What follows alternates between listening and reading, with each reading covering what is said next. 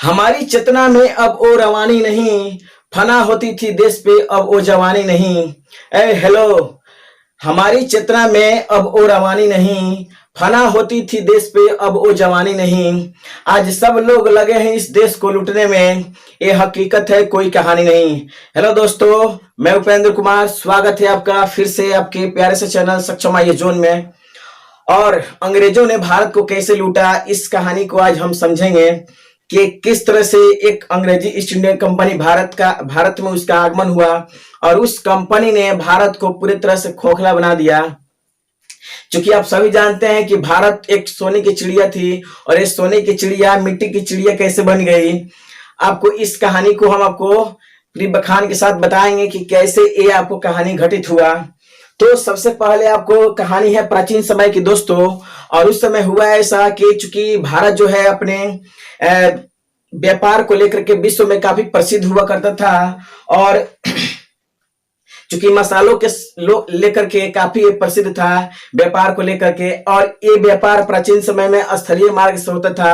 और वो कैसे होता था, इस आपको मैप के माध्यम से हम बताना चाहेंगे कि भारत का जो व्यापार है आपको यूरोप के क्षेत्रों से किस तरह से स्थलीय मार्ग से होता था और किस तरह से स्थलीय मार्ग को बंद कर दिया गया आगे चल करके। तो जलीय मार्ग का खोजा गया, जलीय मार्ग को खोज करके उसके बाद बहुत सारी यूरोपीय कंपनियां भारत में आगमन की और उसके बाद उसमें से सबसे शक्तिशाली यूरोपीय कंपनियों में से ईस्ट इंडिया कंपनी निकली और जिसने लगभग 200 वर्षों तक आपको भारत पर शासन किया और भारतीयों का शोषण किया। लेकिन भारतीयों ने इसका जबरदस्त विरोध किया और तब जाकर के भारत में संविधान बना। तो देखते हैं कि यहाँ पर प्राचीन समय का बात करें तो देख रहे हैं कि यहाँ पर स्थलीय मार्ग से व्यापार होता था।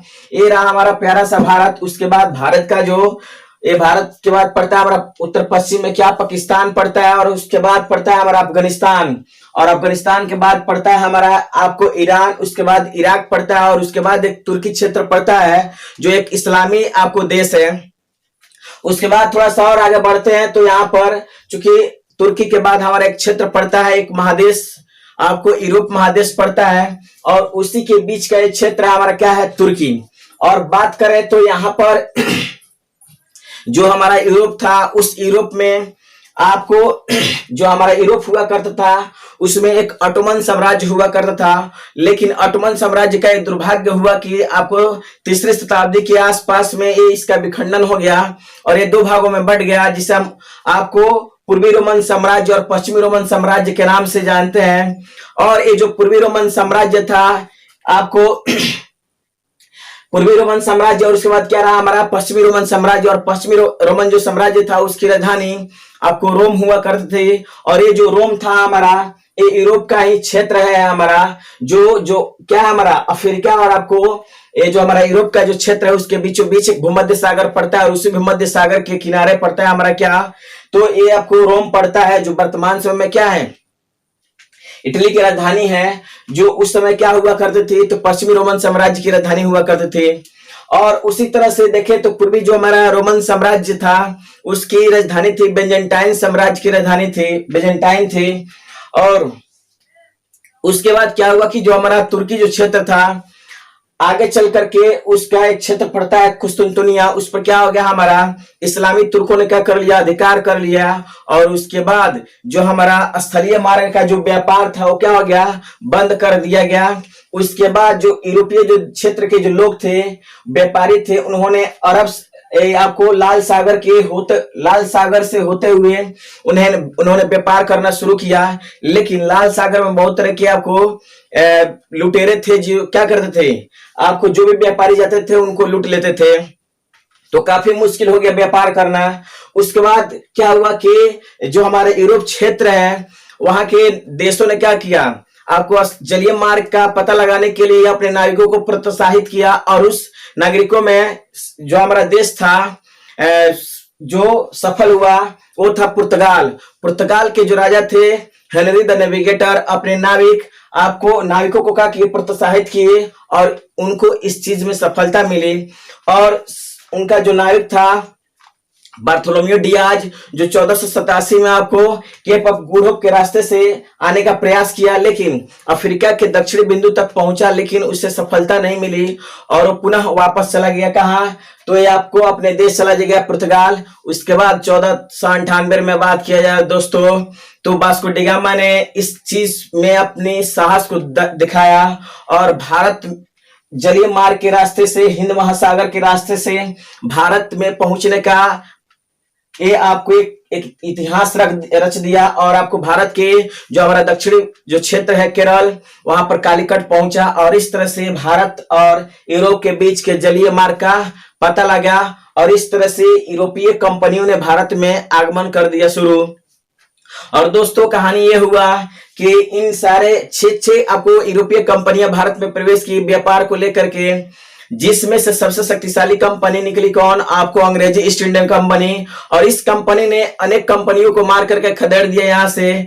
और एक जो कंपनी थी डच ईस्ट इंडियन कंपनी हुआ करती थी, उसको क्या कर ली? खरीद ली। और इस तरह से ये जो हमारी अंग्रेजी ईस्ट इंडिया कंपनी आई थी व्यापार करने के उद्देश्य से, उसका निर्माण कैसे हुआ है, इन सारे विषय वस्तुओं को हम लोग क्या करेंगे? जानेंगे। तो हम जानेंगे क्या? अब जो हमारा इंग्लिश ईस्ट इंडिया कंपनी है, इसका इतिहास जानेंगे कि इसका विकास कैसे हुआ, डेवलपमेंट कैसे हुआ दोस्तों। तो इस चीज को हम रफ करना चाहते हैं। अब देखते हैं कि हमारा जो अंग्रेजी ईस्ट इंडिया कंपनी है, जिसे वर्तमान समय में इंग्लिश ईस्ट इंडिया कंपनी कहा जाता है, उसका इतिहास क्या रहा है दोस्तों, उससे हम लोग क्या करेंगे? जानेंगे। तो देखते हैं हमारा क्या है अंग्रेजी ईस्ट इंडिया कंपनी का इतिहास। तो ये जो हमारा अंग्रेजी ईस्ट इंडिया कंपनी है, जिसे इंग्लिश ईस्ट इंडिया कंपनी कहा जाता है, क्या कहा जाता है दोस्तों? इंग्लिश ईस्ट इंडिया कंपनी कहा जाता है। और तो इसकी कहानी क्या है हम आपको बताते हैं। चूंकि भारत में पुर्तगालियों ने क्या कर लिया? आगमन कर लिया और चूंकि उनका क्या काफी ग्रोथ हुआ व्यापार को लेकर के, तो आपको ब्रिटेन में भी इस चीज को लेकर के काफी गहमा गहमी थी कि हम लोग भी क्या करें? भारत में जाकर के व्यापार करें। तो उस समय महारानी हुआ करती थी। कहानी है कब का? तो बताते हैं यहाँ पर आपको 217 जो व्यापारी थे, उन्होंने एक अपना समूह बनाया, जिसे मर्चेंट आपको कहा जाता है। क्या कहता है? द मर्चेंट कहा जाता है, मर्चेंट एडवेंचर कहा जाता है। क्या कहा जाता है? तो सबसे पहले इस ईस्ट इंडिया कंपनी का कैसे विकास हुआ है दोस्तों, इसे हम लोग देख रहे हैं। तो सबसे पहले हम लोग क्या देख रहे हैं कि यहाँ पर ब्रिटेन में 217 आपको व्यापारी हुआ करते थे। कितने व्यापारी थे? 217 व्यापारी। और इन व्यापारियों ने क्या किया? एक अपना एक ग्रुप बनाया, जिसे हम क्या कहते हैं? मर्चेंट एडवेंचर कहते हैं। क्या कहते हैं? Merchant adventure. मर्चेंट एडवेंचर कहा जाता है। क्या कहा जाता है दोस्तों? एडवेंचर कहा जाता है। और ये एक समूह था। क्या था? 217 व्यापारियों का एक समूह था। और इन व्यापारियों का जो समूह था वो पहुंचा कहां पर? तो तत्कालीन उस समय महारानी हुआ करते थे। तत्कालीन महारानी कौन थी? तत्कालीन जो महारानी थी वो थी आपको एलिजाबेथ प्रथम। तत्कालीन जो महारानी थी वो कौन थी? तो वो थी आपको एलिजाबेथ प्रथम थी। और एलिजाबेथ प्रथम ने कैसा अपना रोल निभाया वो हम देखते हैं आगे। एलिजाबेथ प्रथम हुआ करती थी आपको वहां की महारानी। जब ये 217 व्यापारी उसके पास पहुंचे, कहां पर? एलिजाबेथ प्रथम के पास पहुंचे, तो अब इन्होंने अपना राय दिया कि ऐसी ऐसी कहानी है। हम लोगों ने एक आपको एडवेंचर बनाया है, मर्चेंट एडवेंचर, जो व्यापारियों का समूह है, और हम लोग भारत में जाकर के व्यापार करना चाहते हैं। तो क्या कहानी हुआ? और ये जो हमारा व्यापारियों का जो समूह था, ये क्या हुआ? महारानी से आपको ये सजेशन ले रहा था। तो महारानी ने क्या किया? यहाँ पर उनका क्या रोल रहा आपको दिखाते हैं यहाँ पर। तो ये जो 217 व्यापारी थे, इन्होंने एक कंपनी का स्थापना किया था। समूह तो था क्या? हमारा मर्चेंट एडवेंचर, लेकिन इनका एक जो कंपनी स्थापित किए थे मिल करके, उस कंपनी का नाम था the governor and company. The governor, क्या नाम था? The governor and company. The governor and company. The governor and company of merchant of, क्या नाम था? Of merchant of London. Of London trading into the east, क्या नाम था? Trading into the East. तो दोस्तों यहाँ पर 217 व्यापारी थे, उन्होंने एक समूह बनाया था आपको मर्चेंट एडवेंचर। उस मर्चेंट एडवेंचर ने अपना कंपनी स्थापित किया था जिसका नाम था the governor and company of merchant of London trading into the east. इस कंपनी का एक काफी बड़ा नाम है। उसके बाद इस कंपनी का स्थापना कब किया गया दोस्तों? तो इस कंपनी का स्थापना किया गया था 1599 में। इस कंपनी का क्या किया गया था? स्थापना किया गया था। उसके बाद आपको बात है उस समय का, तो यहाँ पर 31 दिसंबर कब का बात है दोस्तों? 31 दिसंबर आपको 1600 का घटना है। इस समय कंपनी ने जो महारानी एलिजाबेथ थी, उन्होंने क्या किया? एक चार्टर आपको जारी किया जिसे हम राजशाही आपको क्या कहते हैं, एक आदेश था। उस आदेश के तहत ये जो हमारी कंपनी थी, उस कंपनी को भारत में 15 वर्षों के लिए एक अधिकार दे दिया गया, मोनोपोली दे दिया गया भारत में व्यापार करने के उद्देश्य से, कि ये जो कंपनी है आपको पूर्वी देशों के साथ 15 वर्षों के लिए व्यापार कर सकती है। तो आपको पहली बार इस कंपनी ने क्या किया? सफलता पाया। और उसके बाद इस कंपनी का आगमन होता है कब? और इस समय जब कंपनी का स्थापना किया गया था, तो भारत का जो आपको शासक हुआ करते थे वो कौन थे? अकबर साहब थे। कौन थे? अकबर साहब थे।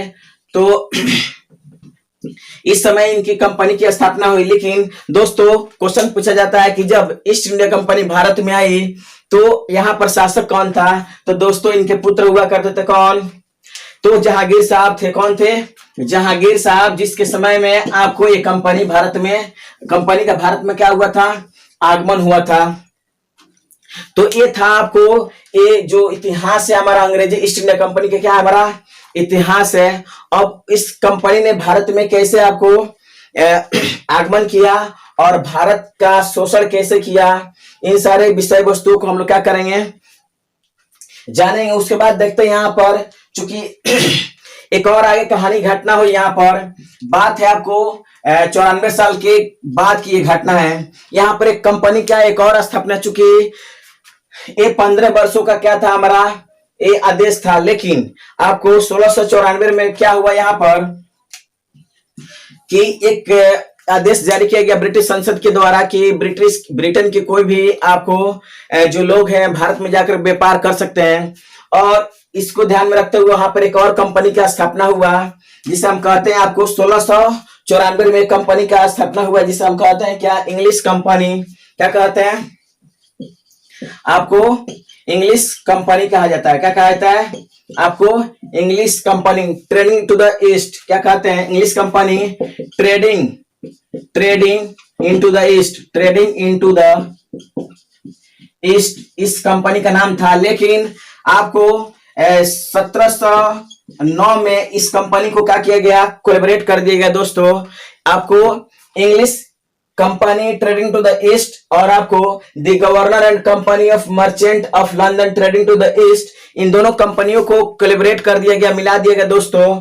और ये कब मिलाया गया? तो 1709 में मिला दिया गया। और आगे चल करके जो कंपनी थी आपको 1833 का घटना है दोस्तों। इस समय क्या किया गया? ये जो कंपनी, चूंकि बड़ा नाम था इसका एक शॉर्ट नाम दे दिया गया, एक शॉर्ट सा नाम दे दिएगा, छोटा एक आपको क्या कहा जाए? तो छोटा नाम रखा गया जिसे हम कहते हैं ईस्ट इंडिया कंपनी। तो ये रहा इसका क्या? ईस्ट आपको इंडिया कंपनी के नाम से इसे कंपनी कहा गया। कब? तो 1833 में इसका नाम पड़ गया क्या? 1833 में दोस्तों। तो आपको ईस्ट इंडिया कंपनी। तो ये तो रहा हमारा कि ये जो कंपनी थी, कंपनी का जो निर्माण है कितने व्यापारियों के द्वारा। ये काफी मजेदार क्वेश्चन है दोस्तों, ये बहुत पूछा जाता है। और उस समय जो आदेश जारी की थी आपको राजशाही आदेश, उस समय की महारानी कौन थी और भारत में जो शासक थे वो कौन थे? और जब कंपनी का भारत में आगमन हुआ तो यहाँ पर भारत में कौन शासक हुआ करते थे, ये पूरी कहानी है। और यहाँ पर दोस्तों ये आपको 1599 में क्या हुआ यहाँ पर? तो 1599 में क्या हुआ? इस कंपनी का स्थापना हुआ था। क्या हुआ था? आपको कंपनी का क्या हुआ था? स्थापना हुआ था। और 31 दिसंबर 1600 का स्थापना नहीं हुआ था दोस्तों, बल्कि ये आदेश जारी किया गया था तो आप इसे स्थापना के रूप में नहीं लीजिएगा। और 1694 में क्या किया गया, तो एक अन्य company, English company trading to the east का स्थापना किया गया। लेकिन आगे चल करके दोनों कंपनी को कोलैबोरेट कर दिया गया और इसे मिश्रित कर दिया गया, मिला दिया गया और एक छोटी सी कंपनी नाम दिया गया जिसे हम कहते हैं ईस्ट इंडिया कंपनी के नाम से क्या करते हैं, जानते हैं। उसके बाद इस कंपनी ने भारत में क्या क्या आपको घटनाएं की है उसे हम लोग क्या करेंगे, जानेंगे। लेकिन दोस्तों यहाँ पर एक आपको कहानी बता दें कि जो भी कंपनी यहाँ पर आप जानते हैं कि जो बाबर था वो अपने जो भी अभियान करता था तो सबसे पहले जहां भी लड़ाई किया है वहां के क्षेत्रों को जाकर के सबसे पहले क्या किया है, तो देखा है कि ये क्षेत्र में किस तरह से अपने सेनाओं को क्या किया जाए, सजाया जाए, क्या किया जाए। तो उसी तरह से जो ईस्ट इंडिया कंपनी थी यहाँ पर सबसे पहले क्या किया गया कि वहां के एक व्यक्ति था जिसका नाम था जॉन मिल्डन। जॉन मिल्डन, क्या नाम था, जॉन मिल्डन नाम था, मिल्डन। इसने क्या किया, सर्वप्रथम आपको 1597 में स्थलीय मार्ग से भारत में आगमन किया था और भारत के रूपरेखा को देखा और यहाँ पर देखा कि कौन कौन सी परिस्थितियां हैं जिसका हम लोग फायदा उठा करके भारत में व्यापार कर सकते हैं। तो ये स्थलीय मार्ग से आने वाला मिल्डन हॉल था जो भारत में क्या आया था, स्थलीय मार्ग से आया था और इसने भारत के सारे परिस्थितियों को क्या किया, जाना। तब जाकर के ये कंपनी भारत में आगमन हुआ। तो 1608 में ये कंपनी भारत में आई थी और उस कंपनी ने भारत का कैसे शोषण किया उसके बाद हम आपको कहानी बताते हैं। और तो दोस्तों इसको हम रफ करते हैं और देखते हैं कि आगे क्या घटनाएं घटी। तो यहाँ पर जो 1600 में आपको महारानी ने क्या किया था, जो आदेश जारी किया था उसे हम क्या कहते हैं, चार्टर के नाम से जानते हैं। तो देखेंगे कि चूंकि ये कंपनी भारत में क्या कर रही है, आगमन कर रही है और जब आगमन की तो उसको रेगुलेट करने के लिए यहाँ पर क्या किया गया, समय समय पर आपको क्या किया गया, कानून आपको जारी किया गया ब्रिटिश संसद के द्वारा और वही कानून हमारे संविधान का क्या बना, आधार बना। तो चूंकि पिछले क्लास में हम लोग चर्चा कर चुके हैं कि भारत का जो संविधान है उसका ऐतिहासिक जो पृष्ठभूमि है उसको थोड़ा हम लोग जानेंगे। तो जो हमारा ऐतिहासिक पृष्ठभूमि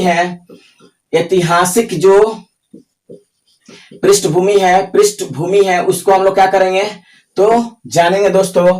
तो जो हमारा ऐतिहासिक जो पृष्ठभूमि है आपको इसको हम 2 चरणों में बांट करके देख सकते हैं। पहला जो चरण होगा वो होगा हमारा एक कंपनी के अधीन जो बहुत सारे नियम और कानून आए थे उसको देखेंगे। हम क्या देखेंगे सबसे पहले चरण में, तो कंपनी के अधीन आपको संविधान का विकास क्या देखेंगे दोस्तों, कंपनी के अधीन।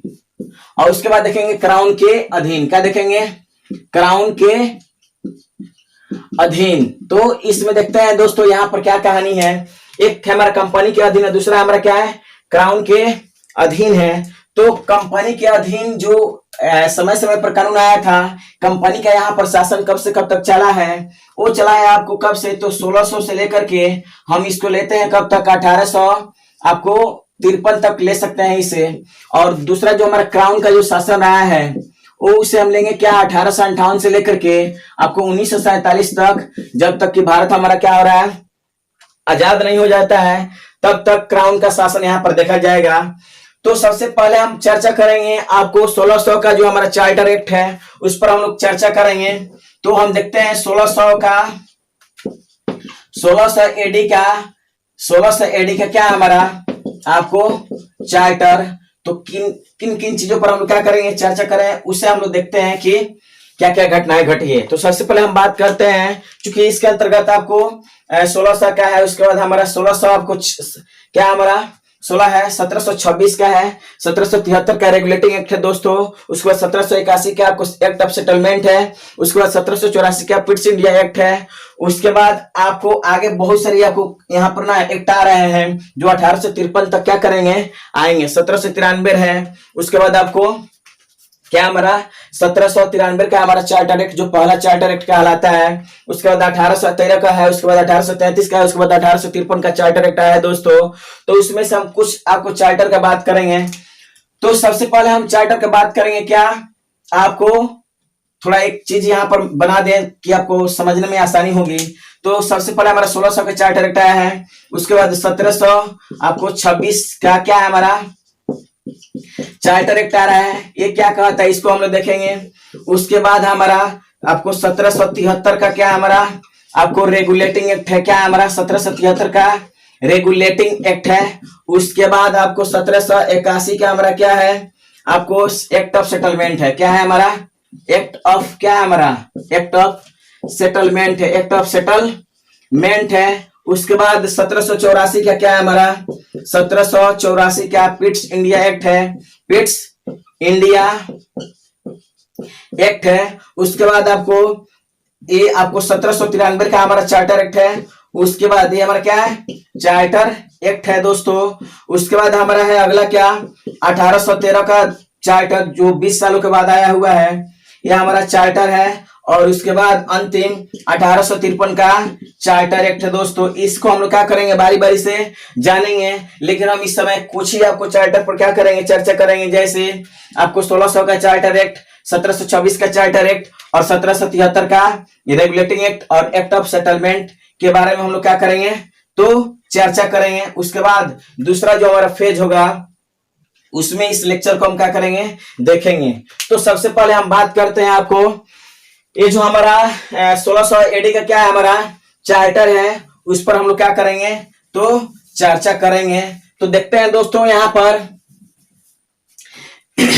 तो आइए दोस्तों देखते हैं। सबसे पहले हमारा क्या है 1600 एडी का क्या है हमारा 1600 का पहला जो हमारा चार्टर है 1600 एडी का क्या है हमारा आपको चार्टर। तो क्या कहता है दोस्तों देखते हैं। सबसे पहले 1600 ईस्वी का हमारा क्या है तो अब दोस्तों देख चुके हैं कि हमारा क्या है 31 दिसंबर 1600 को महारानी एलिजाबेथ चूंकि उस समय की तत्कालीन प्रधानमंत्री हुआ करते थे, उन्होंने क्या किया आपको इस कंपनी को, जो कंपनी कौन थी जो ईस्ट इंडिया कंपनी थी जिसका बड़ा नाम हम लोग देख चुके हैं, तो एक कंपनी को आपको पूर्वी देशों के साथ 15 वर्षों के व्यापार का एक अधिकार मोनोपोली आपको दे दिया कि आप जा सकते हैं और भारत में 15 वर्षों के लिए व्यापार कर सकते हैं। तो ये था हमारा क्या तो 1600 ईस्वी के तहत क्या किया गया तो इसके हम क्या कहते हैं चार्टर कहते हैं। इसमें आदेश दिया गया था, यानी कि एक फरमान जारी किया गया था। किसके द्वारा फरमान जारी किया गया, किसके द्वारा महारानी के द्वारा। महारानी के द्वारा क्या किया गया तो फरमान जारी किया गया। महारानी कौन थी दोस्तों तो एलिजाबेथ थी। कौन थी एलिजाबेथ प्रथम थे। और इसने फरमान जारी किया कि English east India company Bharat में जाकर के 15 वर्षों के लिए व्यापार कर सकती है। ये आपको इसमें फरमान जारी कर दिया गया। और इसके तहत दोस्तों दूसरा जो घटना था इसके अंतर्गत आपको भारत का जो 3 आपको रियासतें थी, आपको बंगाल है जो 3 प्रेसिडेंसी हुआ करती थी, बंगाल है, मद्रास है और बंबई। इसको पहली बार प्रेसिडेंसी कहा गया। क्या कहा गया बंगाल का कहा गया दोस्तों बंगाल, मद्रास और बंबई को क्या कहा गया तो इसके अंतर्गत प्रेसिडेंसी कहा गया। क्या कहा गया प्रेसिडेंसी कहा गया। और प्रेसिडेंसी इसलिए कहा गया दोस्तों क्योंकि इस पर आपको प्रेसिडेंट के द्वारा अधिकार किया जाता था। कौन था वो हमारा प्रेसिडेंट, कौन था हमारा प्रेसिडेंट हुआ करता था और इस पर इसका अधिकार था। तो बस इसमें 2 ही चीजों को हम लोग देखेंगे। तो 1600 का जो चार्टर है इसके तहत क्या किया था दोस्तों फरमान जारी किया गया था महारानी एलिजाबेथ प्रथम के द्वारा कि 15 वर्षों तक कंपनी जाकर के व्यापार कर सकती पूर्वी देशों के साथ। और दूसरा कि बंगाल, मद्रास और बंबई जो 3 प्रेसिडेंसी थी ये नामकरण किया गया, इसको डिवीजन किया गया और इस पर इसका नाम प्रेसिडेंसी इसलिए रखा गया था क्योंकि इस पर प्रेसिडेंट का अधिकार हुआ करता था। उसके बाद हम लोग देखते हैं दोस्तों आपको 1726 का चार्टर। तो देखते हैं हमारा 1726 का चार्टर क्या कहता है। तो हम देखेंगे क्या 1726 का क्या हमारा दोस्तों चार्टर है और ये क्या कहता है तो कहता ये है इसमें कुछ विशेष चीजें नहीं है। ये जो बंगाल और मद्रास और जो बंबई था ये 3 प्रेसिडेंसी हुआ करती थी। इसके तहत ये आदेश जारी किया गया कि इसके जो गवर्नर होंगे या जो इसके जो परिषद होंगे वो क्या करेंगे ये आपको कानून बना सकते हैं, विधि बना सकते हैं। तो यहाँ पर बंगाल क्या किया गया दोस्तों बंगाल आपको मद्रास तथा बंबई क्या था हमारा बंबई की गवर्नर को गवर्नर एवं आपको परिषद को विधि बनाने का अधिकार दे दिया गया। विधि बनाने का दोस्तों, बनाने का अधिकार ये दे दिया गया इस अधिनियम के तहत। ये था आपको कहानी 1726 का। उसके बाद देखेंगे हम 1773 का क्या है, हमारा रेगुलेटिंग एक्ट है। और 1773 के रेगुलेटिंग एक्ट के तहत आपको क्या क्या किया गया है, इस चीज को हम लोग क्या करेंगे, जानेंगे। तो 1773 का रेगुलेटिंग एक्ट क्या कहता है, तो देखेंगे आपको 1773 का आपको रेगुलेटिंग आपको एक्ट क्या कहता है, इसके बारे में हम लोग क्या करेंगे, जानेंगे। 1773 का रेगुलेटिंग एक्ट क्या कहता है, तो इसके बारे में हम लोग क्या करेंगे, जानेंगे। तो 1773 का रेगुलेटिंग एक्ट क्यों आया है, रेगुलेटिंग का अर्थ क्या होता है, इस चीज को हम लोग क्या करेंगे, जानेंगे। तो सबसे पहले बता दें दोस्तों कि ये हमारा रेगुलेटिंग का अर्थ होता है चलाना। क्या करना, गवर्न करना, यानी कि चलाना होता है। तो किस चीज को चलाना, तो सरकार को चलाना। तो कौन सी सरकार, तो भारत में जो सरकार थी हमारी, जो गवर्नर हुआ करते थे, उसको आपको चूंकि गवर्न करना था। क्यों करना पड़ा, क्यों इसकी आवश्यकता मतलब मालूम पड़ी कि आपको हमारे यहाँ एक एक्ट होना चाहिए, आपको भारत में एक एक्ट आना चाहिए। क्या कहानी था इसके पीछे, यानी कोई भी घटना अगर घटित होता है तो उसके पीछे होने का कुछ कारण होता है। तो सबसे पहले जानते हैं कि कारण क्या था कि हमारा एक्ट आया था। तो सबसे पहले हम लोग जानेंगे क्या कारण, क्या जानेंगे, सबसे पहले हम लोग जानेंगे कारण कि कारण क्या था कि ये एक्ट आया था। तो कारण दोस्तों ये रहा कि आप जानते हैं कि यहाँ पर कंपनी यहाँ पर भारत में आ गई थी, व्यापार, चूंकि इसका मुख्य उद्देश्य था क्या करना, व्यापार करना था। और व्यापार जब कर रही थी तो यहाँ पर कुछ चीजें नकारात्मक दिखाई देने लगी थी कंपनी में। हुआ ये कि यहाँ पर क्या हुआ कि जब कंपनी यहाँ पर व्यापार कर रही थी तो कंपनी के जो कर्मचारी थे वो निजी व्यापार करना शुरू कर दिए थे और लोगों से रिश्वत लेना शुरू कर दिए थे, उपहार लेना शुरू कर दिए थे, जिसके वजह से क्या हुआ, कंपनी के कर्मचारी क्या हो गए, धनवान हो गए, जबकि कंपनी क्या हो गई, धीरे धीरे आपको गरीब होती चली गई। और इस तरह से यहाँ पर देखा गया कि जो कंपनी है उसकी स्थिति क्या हो गई, काफी दयनीय हो गई थी। तो ये जो कंपनी के जो मेंबर हुआ करते थे, वो जो मेंबर थे वो चले गए कहाँ, ब्रिटिश संसद के पास, और उन्होंने अपने पूरे कहानी को बताया कि ऐसी ऐसी घटना है। बात है कब का दोस्तों, तो 1770 के दशक का कहानी है। एक कंपनी के जो सदस्य थे वो चले गए कहाँ, ब्रिटेन संसद के पास, और उस समय तत्कालीन प्रधानमंत्री हुआ करते थे कौन, लॉर्ड नॉर्थ। और लॉर्ड नॉर्थ को इस कहानी को बताया गया कि कंपनी क्या हो गई है, गरीब हो गई है और उसे चलाना क्या हो गया, मुश्किल हो गया है। तो ये जो उस समय के तत्कालीन प्रधानमंत्री हुआ करते थे कब, कौन, तो लॉर्ड नॉर्थ हुआ करते थे। लॉर्ड आपको नॉर्थ हुआ करते थे, कौन, पीएम थे कौन, लॉर्ड नॉर्थ। और उन्होंने क्या किया, कौन थे पीएम, लॉर्ड नॉर्थ। तो उन्होंने कहा कि ठीक है, आपकी स्थिति को हम क्या करेंगे, सुधारेंगे। उन्होंने क्या किया, एक आपको लॉर्ड वायरन है, कौन है, वायरन, इनके नेतृत्व में क्या किया, गुप्त समिति, जिसे सीक्रेट आपको कमेटी के नाम से जानते हैं, समिति का गठन किया गया। और उसके बाद आपको एक एक्ट पारित किया गया ब्रिटिश संसद के द्वारा, जिसे हम कहते हैं रेगुलेटिंग एक्ट के नाम से जाना गया। क्या कहा गया, रेगुलेटिंग एक्ट के नाम से जाना गया दोस्तों। उसके बाद कहानी, चूंकि कुछ शर्तों के साथ एक आपको ब्रिटिश संसद तैयार हुई थी। आपको यहां पर ये जो कंपनी के जो व्यक्ति थे वहां पर जब गए थे तो उन्होंने क्या किया कि लॉर्ड नॉर्थ से आपको 10 करोड़ पाउंड का क्या किया था, डिमांड किया था कि सर हमें 10 करोड़ पाउंड का आप हमें ऋण दीजिए, चूंकि कंपनी गरीब हो गई है तो उसे चलाना है। तो इस पर तैयार हो गए थे कौन, लॉर्ड नॉर्थ। और उन्होंने क्या किया, गुप्त समिति बनाया, किसके आपको नेतृत्व में, तो एक गुप्त समिति बना था, गुप्त समिति, और वायरन के नेतृत्व में। और इस तरह से क्या हुआ, यहाँ पर इस समिति के सिफारिश पर ब्रिटिश संसद ने एक एक्ट पारित किया जिसे हम रेगुलेटिंग एक्ट के नाम से जानते हैं।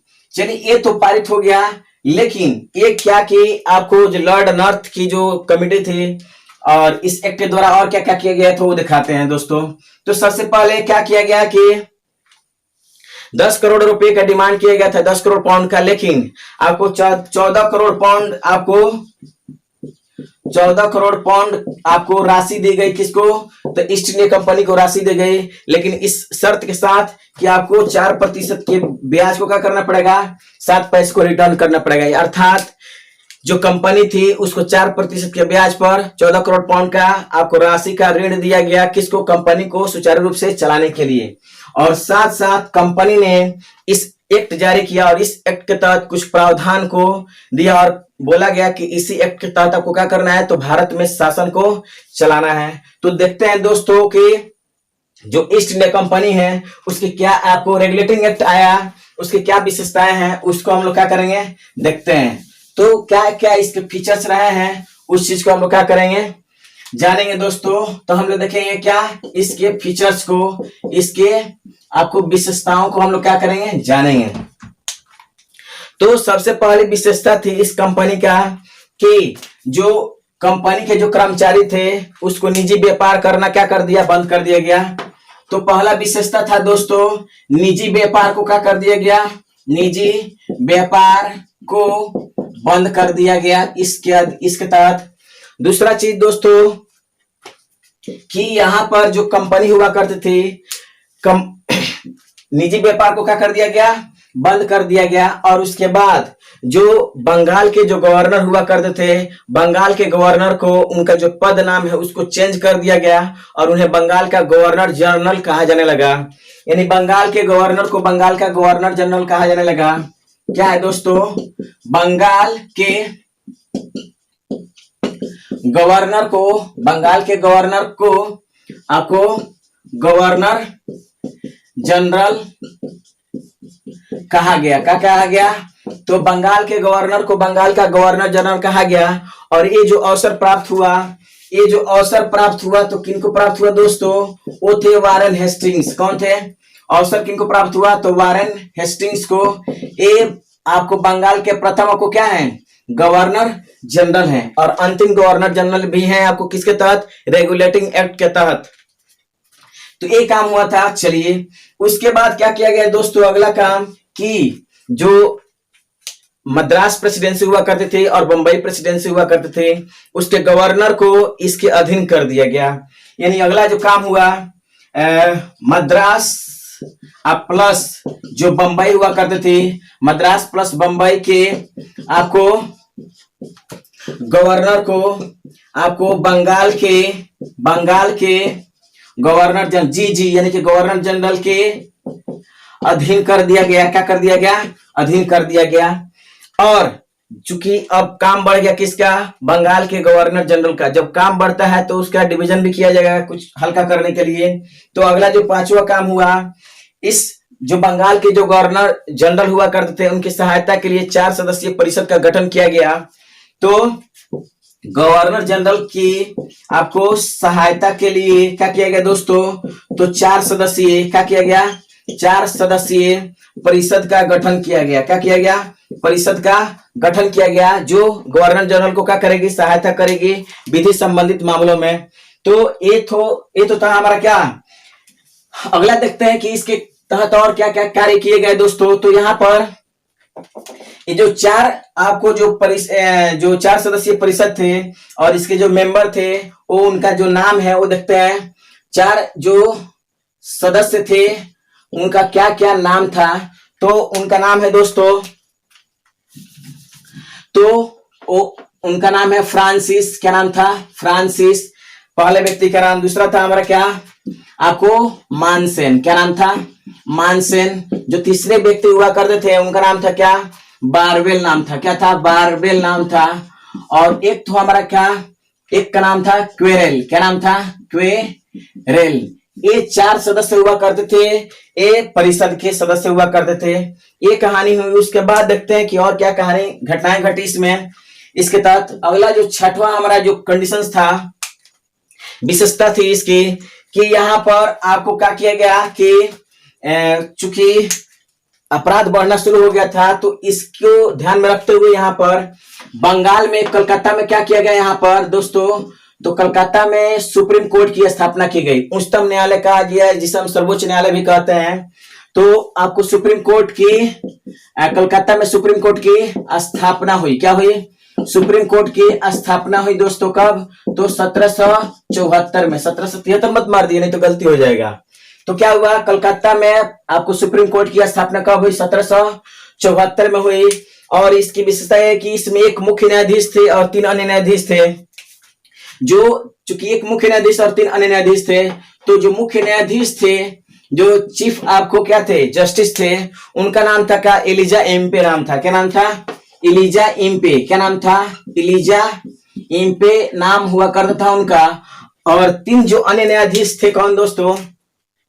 3 अन्य न्यायाधीश कौन थे? 3 आपको अन्य जो न्यायाधीश थे, न्यायाधीश, उनका नाम था, आपको बताते हैं दोस्तों। इसके साथ एक ट्रिक रटिएगा, आपको याद, चलिह। क्या है हमारा? तो ट्रिक क्या है हमारा? ट्रिक है हमारा चलिह। तो च से क्या नाम होगा? चैम्बर्स। क्या नाम होगा दोस्तों? आपको चैम्बर्स नाम था। लिमेंस्टर नाम था। क्या था हमारा? लिमेंस्टर। और जो तीसरा नाम था वो था हमारा क्या? हाइड। ये 3 व्यक्ति हुआ करते थे क्या? अन्य न्यायाधीश के रूप में यहाँ पर थे। तो ये तो काम किया गया किसके तहत दोस्तों? तो 1773 के रेगुलेटिंग एक्ट के तहत काम किया गया था यहाँ पर। तो यहाँ पर बताते हैं आपको कि और क्या क्या क्या यहाँ पर क्या कार्य किए गए हैं। तो ये था हमारा, निजी व्यापार को बंद कर दिया गया। बंगाल के गवर्नर जनरल आपको कहा गया क्या? बंगाल के गवर्नर को बंगाल का गवर्नर जनरल कहा गया। मद्रास और ये सब कहानी आप देख चुके हैं। ये सब कहानी रेगुलेटिंग एक्ट का क्या है हमारा? कहानी है। उसके बाद देखते हैं यहाँ पर कि यहाँ पर एक आया था हमारा क्या दोस्तों? आपको अगला जो एक्ट है हमारा क्या? 1781 है हमारा। क्या है? आपको अगला जो एक्ट है हमारा 1781 का एक्ट ऑफ, आपको क्या है हमारा? Act of settlement. क्या है हमारा? सेटलमेंट है। क्या हमारा? एक्ट ऑफ सेटलमेंट है। और इस एक्ट ऑफ सेटलमेंट के तहत क्या क्या किया गया, उस चीज को हम लोग क्या करते हैं, देखते हैं। एक्ट ऑफ सेटलमेंट, तो इसमें कुछ और नहीं कहा गया था दोस्तों। इस एक्ट ऑफ सेटलमेंट के तहत ये किया गया कि जो आपको 1773 के रेगुलेटिंग एक्ट में जो कमियां थी, उस कमियों को दूर करने के लिए इस एक्ट को लाया गया था। तो क्या किया गया यहाँ पर? ये रेगुलेटिंग एक्ट की कमियों को दूर करने के लिए लाया गया था। रेगुलेटिंग, क्या हमारा? रेगुलेटिंग एक्ट की कमियों को दूर करने के लिए लाया गया था। और एक इसमें नया चीज किया गया था कि जो आपको कलकत्ता को ये आदेश दे दिया कि बंगाल, बिहार और उड़ीसा के लिए भी क्या करना, कानून बनाना। क्या किया गया था दोस्तों? कलकत्ता को कह दिया गया था, यहाँ पर आदेश दिया गया था कि क्या करेंगे, कलकत्ता, बंगाल, बिहार और उड़ीसा के लिए क्या करेगी, तो कानून बनाने का क्या करेगी, काम करेगी। तो ये था हमारा क्या, एक्ट ऑफ सेटलमेंट। तो अगले वीडियो में हम लोग जानेंगे कि जो 1784 का हमारा फिट्स इंडिया एक्ट था, उसके बाद 1793 का हमारा चार्टर एक्ट है, उसके बाद 1817 का चार्टर एक्ट है, 1833 का चार्टर एक्ट है और 1853 का चार्टर एक्ट है। तो इन सारी चीजों को हम अगले वीडियो में देखेंगे दोस्तों। तो आपको किसी भी तरह की इसमें अगर समस्याएं हो तो आप कमेंट बॉक्स में इसे लिख करके भेज सकते हैं, जिसका हम सलूशन निकालेंगे। तो बस आज के लिए दोस्तों इतना ही, फिर मिलेंगे एक अगले वीडियो में। तब तक के लिए जय हिंद, जय भारत।